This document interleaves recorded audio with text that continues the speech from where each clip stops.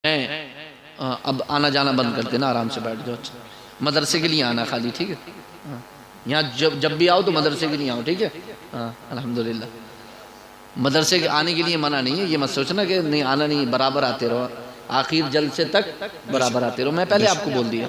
अल्लाह रब्बुल इज़्ज़त कबूल फरमाए, आप सबके जज्बात को कबूल फरमाए, खुशियों को कबूल फरमाए, और अल्लाह रब्बुल इज़्ज़त सबको हिम्मत और हौसला और ताकत अता फरमाए, और सबके मीज़ान हसनात में शामिल फरमाए। अल्लाह रब्बुल इज़्ज़त एक एक पाई को, एक एक पैसे को अल्लाह रब्बुल इज़्ज़त इतना बढ़ा करके आपको सवाब अता फरमाए कि आपके गुमान में भी ना आए। जी जी जी, आप बेहिसाब अल्लाह रब्बुल इज़्ज़त अता फरमाए, कोई हिसाब ही ना हो। अल्लाह रब्बुल इज़्ज़त बेहिसाब अता फरमाए, और बेशक वो कादिर है बेहिसाब अता फरमाने। जी जी, आप जब आप खुलूस से, जितना खुलूस होगा, जितनी रज़ाए इलाही होगी, जितना लिल्लाहियत आपके हर काम में होगी, उतनी ही ज़्यादा आपके सवाब में जो है वो बढ़ोतरी होगी और आपका सवाब बढ़ता चला जाएगा।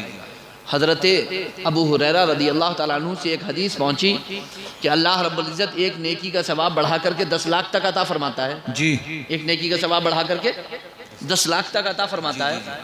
तो जिनको ये हदीस पहुंची उन्होंने कहा कि अबू हुरैरा ने ऐसा कहा कि 10 लाख तक सवाब पहुंचता। मैं पूछूंगा अबू हुरैरा से, कैसे कह दिया कि 10 लाख तक सवाब पहुंचता? फरमाया कि मैं इसी साल जो है वो हज करूंगा, और हज में तो अबू हुरैरा मिलेंगे ही, जब वहां मिलेंगे तो पूछूंगा क्या ये कहा था कि 10 लाख तक सवाब पहुंचता है? और ये कह करके उन्होंने हज का इरादा किया और हज को पहुंच गए। वहां अबू हुरैरा रज़ी अल्लाह ताला अन्हु से मुलाकात हो गई। ए अबू हुरैरा, बात सुनो, क्या तुमने ये कहा है कि एक नेकी का सवाब बढ़ा करके 10 लाख तक दिया जाएगा?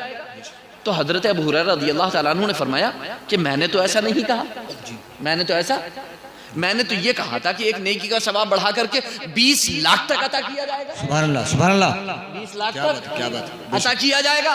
और फिर फरमाते हैं कसम उस जात की जिसके कब्जे कुदरत में मेरी जान है, 40 लाख तक बढ़ा करके। जी जी, सुभान अल्लाह, बहुत अच्छा। और बेहिसाब का तो अल्लाह ने वादा फरमाया है, बेहिसाब का कोई हिसाब ही नहीं है, बेहिसाब का तो कोई हिसाब ही नहीं है। अल्हम्दुलिल्लाह अल्हम्दुलिल्लाह। तो बहुत तवज्जो के साथ आपको यहाँ बैठना है और चंद बातें मेरी बहुत ही संजीदगी के साथ, बहुत एहतिमाम के साथ आपको सुननी है। मैंने जो आयत करीमा तिलावत की है वो सूरह फातिहा की है। इंशाअल्लाह मैं उस पर भी रोशनी डालूंगा, लेकिन उससे पहले मैं चाहूँगा कि नबी अकरम सल्लल्लाहु अलैहि वसल्लम के ज़िक्र से और हुजूर सल्लल्लाहु अलैहि वसल्लम की तारीफ़ और तौसीफ़ से हम अपनी ज़बानों को मुअत्तर कर लें। जी, हम अपनी ज़बानों को मुअत्तर कर लें। अल्लाह के रसूल सरवर कौनैन सल्लल्लाहु अलैहि वसल्लम ने मस्जिद नबवी शरीफ की पहली सीढ़ी पर कदम रखा तो फरमाया आमीन, दूसरी सीढ़ी पर कदम रखा तो फरमाया आमीन। मस्जिद नबवी शरीफ में जो मिंबर है उसकी सीढ़ी पर जब तीसरी सीढ़ी पर कदम रखा तो फरमाया आमीन, जब तीसरी सीढ़ी पर पहुंचे तो फरमाया आमीन।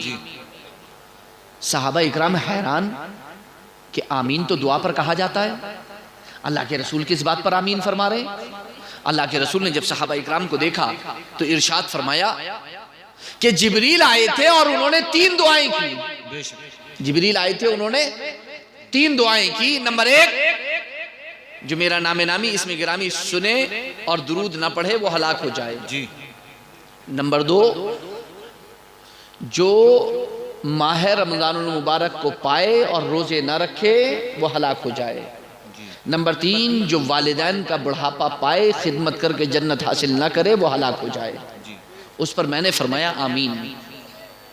तो अब सवाल ये पैदा होता है कि जिब्रील अमीन ने दुआ की और आमीन हुजूर ने फरमाया, और इस हदीस पाक को अल्लामा इमाम हाफिज जलालुद्दीन सुयूती रहमतुल्लाह तआला अलैह ने अपनी तफसीर अद्दुरुल मंसूर के अंदर इसको जिक्र किया है। तो आमीन कहने वाले मुस्तफ़ा और दुआ करने वाले जिब्रील अमीन। मुफ्ती अहमद यार खान साहब नईमी अलैहि रहमत व रिज़वान यहाँ पर इरशाद फरमाते हैं, नुक्ता बयान फरमाते हैं कि ये बताओ कि जिब्रील को सिदरा छोड़कर मदीने आने की ज़रूरत क्या थी? वो तो मकाम कुर्ब में थे ना, वो तो मकाम कुर्ब में थे, वहाँ से दुआ करते तो वो तो करीब थे, वहाँ से यहाँ क्यों आए? फरमाते हैं क्योंकि जिब्रील यहाँ पहुँचे इसलिए पहुँचे ताकि आमीन मुस्तफ़ा की मोहर लग जाए। जी। वही दुआ काबिल कबूल है कि जिस पर आमीन मुस्तफा की मोहर लग जाए। और हम अहले सुन्नत वल जमात कहते हैं इसी की रोशनी में कि वही दुआ काबिल कबूल है, वही इबादत काबिल कबूल है कि जिस पर सल्ले आला की मोहर लग जाए। जी, नारे तकबीर, नारे रिसालत, सैयद फैजान मियां साहब। वही दुआ वही इबादत काबिल कबूल है कि जिस पर सल्ले आला की मोहर लग जाए। और ये मेरा फतवा नहीं है, ये मेरा कौल नहीं है, बल्कि अमीरुल मोमिनीन सैयदना उमर फारूक आज़म रज़ियल्लाहु ताला अन्हु का वो फरमान जिसे अल्लामा इमाम तिरमिज़ी रहमतुल्लाहि ताला अलैह ने जामे तिरमिज़ी में नक़ल किया है। फरमाते हैं इन्न दुआ मौक़ूफ़ुन बैन अस्समाई वल अर्द ला यसअदु मिन्हु शै हत्ता तुसल्ली अला नबी। बेशक दुआ ज़मीन और आसमान के दरमियान मुअल्लक़ रहती है, लटकी रहती है, यहाँ तक कि तुम अपने नबी पर दुरूद पढ़ लो। बेशक बेशक। यानी जब तुम दुरूद पढ़ते हो तो वो मकाम कुर्ब में पहुँचती है, वो मकाम कबूलियत में पहुँचती है, तब उसे शरफ़ कबूलियत अता होता है, जी जी, मिलता है। तो हमें जो है वो बहुत ही संजीदगी से यहाँ पर देखना है। एक सहाबी ने अर्ज़ किया या रसूलल्लाह सल्लल्लाहु अलैहि वसल्लम, मैं इतनी देर दुआ करता हूँ, उतनी देर जितनी देर मैं दुआ करता हूँ उसका पाव हिस्सा मैं चाहता हूँ कि आपकी बारगाह में दुरूद पढ़ूँ, आप पर दुरूद भेजूँ। अल्लाह के रसूल सरवर कौनैन सल्लल्लाहु अलैहि वसल्लम ने इरशाद फरमाया बहुत अच्छा, और ज्यादा करोगे तो और अच्छा। अर्ज़ किया अल्लाह के रसूल जितनी देर दुआ करता हूँ उसका आधा हिस्सा मैं आप पर दुरूद पढ़ूंगा, बाकी हिस्सा दुआ का। अल्लाह के रसूल ने फरमाया बहुत अच्छा, और ज्यादा करोगे तो और अच्छा है जी। अर्ज़ किया अल्लाह के रसूल फिर मैं तिहाई हिस्सा, 3 हिस्सा आप पर दुरूद पढ़ूंगा, 1 हिस्सा दुआ करूंगा। अल्लाह के रसूल ने फरमाया बहुत अच्छा, और ज्यादा करोगे तो और अच्छा। अर्ज़ किया अल्लाह के रसूल जितना भी मेरा वक्त दुआ का है मैं सारा वक्त आप पर दुरूद पढ़ूंगा। अल्लाह के रसूल सरवर कौनैन सल्लल्लाहु अलैहि वसल्लम ने इरशाद फरमाया तब तो अल्लाह रब्बुल इज्जत तुम्हारी हर ज़रूरत को पूरा फरमा देगा। सुभान अल्लाह, सुभान अल्लाह। बेशक अल्लाह रब्बुल इज्जत तुम्हारी हर ज़रूरत को पूरा फरमा देगा। अल्लाह के रसूल सरवर कौनैन सल्लल्लाहु अलैहि वसल्लम इस दुनिया में तशरीफ़ लाए 20 अप्रैल 571 ईस्वी जेठ समत बकरी सुबह सादिक के वक्त मक्का मुकर्रमा में हज़रत अब्दुल्लाह के यहाँ हज़रत आमीना रज़ी अल्लाह ताला अन्हा के वतन मुबारक से सब जन्नती लिबास पहनकर सुरमगी आँखों के साथ खतना शुदा सजदे की हालत में अल्लाह के रसूल इस दारे गीती में जलवा फरमा हुए। अल्लाह के रसूल तशरीफ़ लाए पीर के रोज़ 12 रबीउल अव्वल शरीफ, पीर के रोज़ 12 रबीउल अव्वल शरीफ।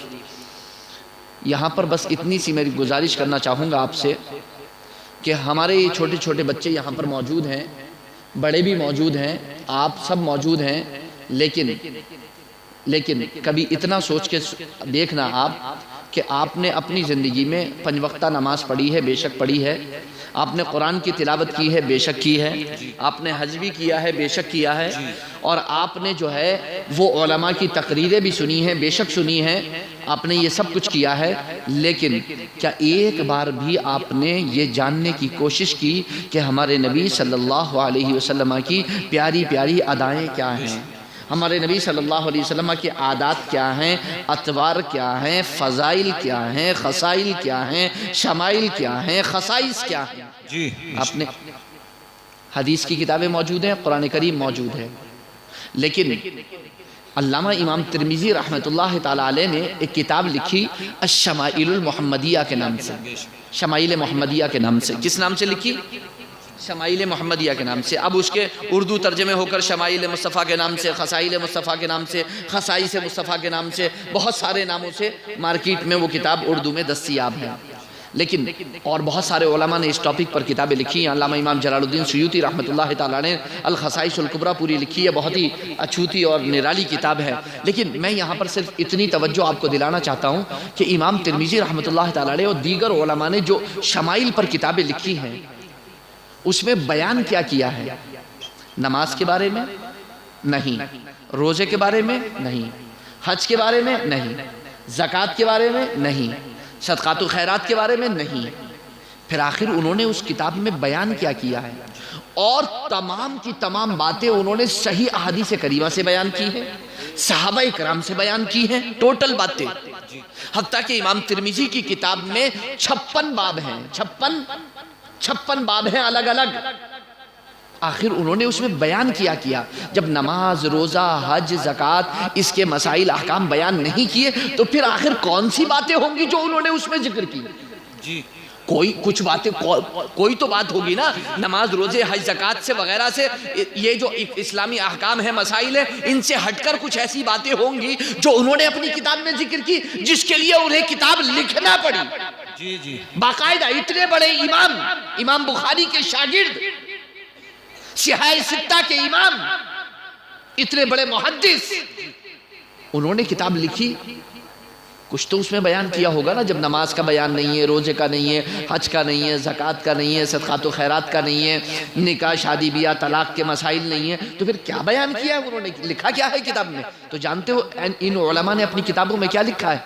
इन्होंने नबी अकरम सल्लल्लाहु अलैहि वसल्लम के फ़ज़ाइल, खसाइल, शमाइल को बयान किया है, आदात, अतवार को बयान किया है। मसलन नबी अकरम सल्लल्लाहु अलैहि वसल्लम का चेहरे मुबारक कैसा है, नबी अकरम सल्लल्लाहु अलैहि वसल्लम के रुखसार मुबारक कैसे है, नबी अकरम सल्लल्लाहु अलैहि वसल्लम की आंखें कैसी हैं, नबी अकरम सल्लल्लाहु अलैहि वसल्लम के लबे मुबारक कैसे हैं, नबी अकरम सल्लल्लाहु अलैहि वसल्लम की नाक मुबारक कैसी है, नबी अकरम सल्लल्लाहु अलैहि वसल्लम के कान मुबारक कैसे हैं, गला कैसा है, गर्दन कैसी है, नबी अकरम सल्लल्लाहु अलैहि वसल्लम का सर मुबारक कैसा है, नबी अकरम सल्लल्लाहु अलैहि वसल्लम के दस्ते अक़दस कैसे हैं, नबी अकरम सल्लल्लाहु अलैहि वसल्लम की उंगलियां कैसी हैं, नबी अकरम सल्लल्लाहु अलैहि वसल्लम की अंगूठी कैसी है, नबी अकरम सल्लल्लाहु अलैहि वसल्लम के शाने कैसे हैं, नबी अकरम सल्लल्लाहु अलैहि वसल्लम के पीठ और पेट कैसा है, नबी अकरम सल्लल्लाहु अलैहि वसल्लम के पाए मुबारक कैसे हैं, नबी अकरम सल्लल्लाहु अलैहि वसल्लम की पाँव की उंगलियां कैसी हैं, नबी अकरम सल्लल्लाहु अलैहि वसल्लम के खाने का बर्तन कैसा है, नबी अकरम सल्लल्लाहु अलैहि वसल्लम के पीने का बर्तन कैसा है, नबी अकरम सल्लल्लाहु अलैहि वसल्लम की सुरबेदानी कैसी है, नबी अकरम सल्लल्लाहु अलैहि वसल्लम का कमीज़ मुबारक कैसा है, नबी अकरम सल्लल्लाहु अलैहि वसल्लम का तहबंद कैसा है, नबी अकरम सल्लल्लाहु अलैहि वसल्लम का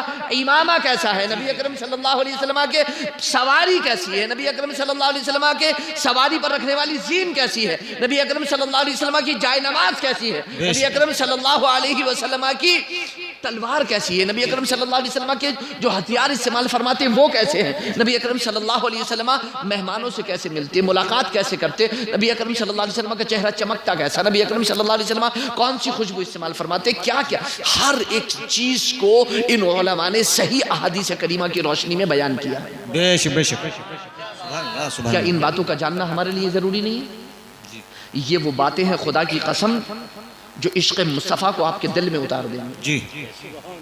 और इमाम अहले सुन्नत मुजद्दिद दीन व मिल्लत अशाह इमाम अहमद रज़ा खान फाजिल बरेलवी अलैहि रहमत व रिदवान ने अपने क़सीदा सलामिया, जिसे आप जो है वो सलाम कहते हैं, मुस्तफ़ा जान रहमत पे लाखों सलाम, शमे बज़ में हिदायत पे लाखों सलाम, उसमें तमाम ज़्यादातर शमाइल को जमा कर दिया।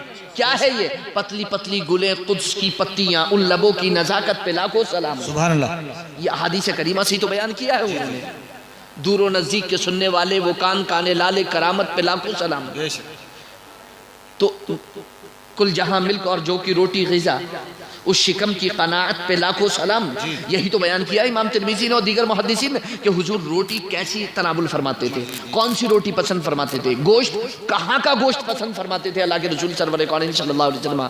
तो बाकायदा इस पर किताबें लिखी गई हैं। अगर आपने ये जानने की कोशिश नहीं की या अपने बच्चों को ये बताने की कोशिश नहीं की तो फिर आप जान लें कि वो इश्क उस दर्जे का नहीं आ पाएगा कि जिस दर्जे का इश्क होना चाहिए। क्योंकि खुदा की कसम जब हमारे बच्चे ये जान लेंगे, इन तमाम बातों के बारे में मालूमात हासिल कर लेंगे, मारिफत हासिल कर लेंगे, जान लेंगे, तो फिर आपने गोया ऐसा किया है जैसे इश्क मुस्तफ़ा को उनकी घुट्टी में पिला दिया। क्योंकि वो चलते फिरते मुस्तफ़ा की सूरत उनकी नजरों में होगी, सीरत उनकी नजरों में होगी, किरदार उनकी नजरों में होगा। वो नबी अकरम सल्लल्लाहु अलैहि वसल्लम हर अदा, वो अपना बर्तन इस्तेमाल करेंगे, वो अपना कपड़ा इस्तेमाल करेंगे, वो अपना जिस्म को संवारेंगे तो मुस्तफ़ा की प्यारी प्यारी अदाओं के सांचे में डालेंगे।